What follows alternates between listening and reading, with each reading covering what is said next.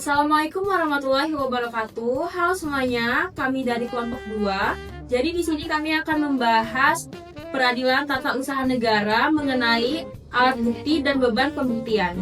Saya Anissa Ardefiska dengan NIM B1A14249.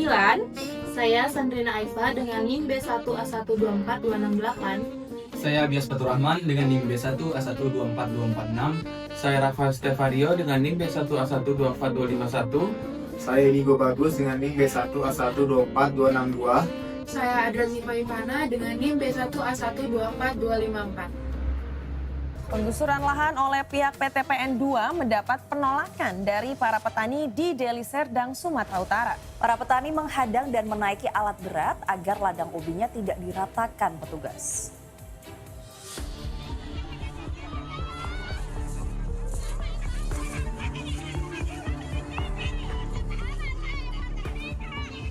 Bayangkan Anda sedang duduk di ruang sidang. Anda adalah seorang warga biasa, sedangkan lawan yang duduk di seberang Anda adalah pihak yang membuat aturan hukum itu sendiri, yaitu pemerintah. Tidak seimbang, bukan? Disinilah letak keunikan peradilan tata usaha negara atau PTUN. Berbeda dengan sidang perdata biasa, di mana dua orang memperebutkan harta warisan dengan posisi yang setara, sedangkan PTUN adalah arena hukum publik. Di sini ada subordinasi atau ketimpangan kekuasaan. Pemerintah memegang wewenang publik dan menguasai dokumen negara, sementara warga tidak punya kuasa apa-apa. Karena ketimpangan inilah, peradilan tata usaha negara tidak sekedar mencari siapa yang menang di atas kertas secara formil. Peradilan tata usaha negara mencari kebenaran material, fakta yang sesungguhnya terjadi demi kepentingan umum. Namun, bagaimana cara warga yang lemah ini bisa menang? Kuncinya ada pada satu babak yang paling krusial, yaitu pada hukum pembuktian. Jadi, pada sesi kali ini, mari kita bongkar bagaimana arena pembuktian di peradilan tata usaha negara bekerja. Dalam hukum biasa, ada aturan main yang kaku. Siapa yang mendalilkan, dia juga yang harus membuktikan. Tapi coba bayangkan nih teman-teman, jika aturan ini diterapkan di PTUN, warga disuruh membuktikan kesalahan prosedur pemerintah. Sementara dokumen prosedurnya itu disimpan rapat-rapat di laci meja pejabat. Warga pasti kalah sebelum bertanding.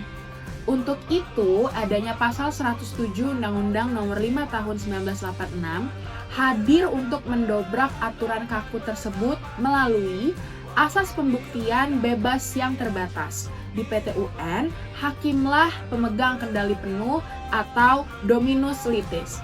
Hakim yang menentukan siapa yang harus membuktikan apa. Jika warga tidak punya akses ke sebuah dokumen, hakim punya paus sakti untuk memaksa pejabat menyerahkannya. Tapi mari kita bedah secara kritis. Posisi hakim ini ibarat pedang bermata dua. Jika hakim terlalu aktif membela penggugat, ia bisa dituduh tidak netral atau melanggar asas imparsialitas. Namun, jika ia pasif, keadilan bagi warga sipil itu akan mati. Inilah dilema terbesar seorang hakim di PTUN. Tantangan warga tidak berhenti di situ. Ada sebuah tembok besar bernama Doktrin Prasumptio Iuste Causa. Bahasa sederhananya, setiap keputusan pemerintah itu harus selalu dianggap sah, sampai ada keputusan lain pengadilan yang membatalkannya. Terdengar tidak adil. Tunggu dulu, di sini letak plot twist-nya. Seringkali pemerintah menggunakan tameng bernama diskresi atau kebebasan bertindak untuk membenarkan keputusannya. Nah, karena PTUN punya hakim yang aktif, di tengah persidangan akan terjadi yang namanya pergeseran beban pembuktian. Ketika warga berhasil menunjukkan satu celah saja indikasi maladministrasi, hakim akan membalikan bebannya. Sekarang, pejabat lain didesak dan diadili di muka sidang. Pejabat itu harus repot-repot membuktikan bahwa diskresi yang dia buat tidak cacat wewenang, tidak cacat prosedur, dan sudah sesuai dengan asas-asas umum pemerintah yang baik atau AUPB. Jadi, alih-alih melindungi kesewenang-wenangan, asas ini justru bisa menjadi senjata makan tuan bagi pejabat yang nakal. Sekarang, senjata apa yang kita pakai untuk bertarung di area ini? Berdasarkan pasal 100 UU PTUN, ada hierarki 5 bukti. Yang menempati tahta tertinggi adalah surat atau tulisan. Mengapa? Ya logis saja, karena yang kita gugat adalah selembar kertas berupa surat keputusan tata usaha negara. Tentu saja nilai pembuktian tertinggi ada pada akta otentik, karena surat ini bisa mengikat kebebasan huruf demi huruf di dalamnya. Namun, sengketa di PT UN modern itu rumit. Kita bicara soal penceramah ibadah, total ruang kota, dan atau sengketa pajak bernilai triliunan. Dokumen tertulis saja tidak cukup menceritakan dampaknya. Disinilah keterangan ahli masuk sebagai kompas penunjuk arah. Ahli bukan datang untuk memutus siapa yang salah, tapi membeda kasus dari kacamata teknis yang tidak dikuasai hakim-hakim.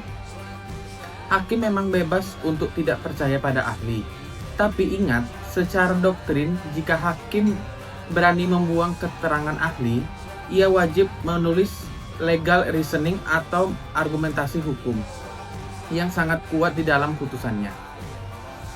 3 alat bukti sisanya hadir untuk melengkapi realitas material yang tidak direkam di dokumen. Yang pertama ada keterangan saksi. Keterangan saksi ini menceritakan tentang realita lapangan, tapi ingat aturan mainnya. Tidak boleh ada saksi kata-katanya atau de auditu, dan satu saksi saja tidak pernah cukup atau disebut dengan unus testis nullus testis. Selanjutnya ada pengakuan para pihak. Disinilah kritik tajamnya. Kalau di perdata, lawan mengaku bisa salah, tapi kalau sidangnya sudah selesai tidak bisa. Tapi kalau di petun, tidak bisa. Putusan petun itu sudah mengikat kepada seluruh masyarakat, atau disebut dengan erga omnes. Jadi, kalau pejabat pemerintahan mendadak mengaku salah di sidang, hakim tidak boleh langsung membatalkan keputusannya begitu saja. Hakim tetap harus memverifikasi kebenarannya untuk mencegah ada main mata atau kolusi. Yang terakhir ada pengetahuan hakim. Ini adalah keyakinan mutlak hakim atas fakta sudah menjadi rahasia umum atau notoire faite. Misalnya tanpa perlu dibuktikan apapun, hakim tahu bahwa minggu lalu terjadi gempa bumi di daerah sengketa. Lantas, dari semua teori hukum yang elegan tadi, apa kesimpulan objektif yang kita dapat pada hari ini? Di atas kertas atau law in books, hukum acara peradilan tata usaha negara sudah memberikan karpet merah bagi warga negara melalui peran hakim yang aktif dan pergeseran beban pembuktian. Namun, mari kita lihat realitanya atau law in action di lapangan. Ketimpangan itu masih sangat terasa bagi warga. Warga masih sering kesulitan mengharapkan transparansi dan birokrasi, atau terbenturnya biaya mahal untuk mendatangkan ahli yang kredibel. Sementara pemerintah punya semua fasilitas negara. Pada akhirnya, di tengah tumpukan berkas dan rumitnya 5 alat bukti tadi, keadilan di peradilan tata usaha negara sangat bergantung pada satu hal, yaitu seberapa berani, progresif, dan berintegritasnya seorang hakim peradilan tata usaha negara untuk menggali kebenaran yang sesungguhnya. Karena keadilan yang diam di ruang sidang adalah Awal dari kesewenang-wenangan di jalanan. kami berdua izin pamit undur diri dan Terima kasih.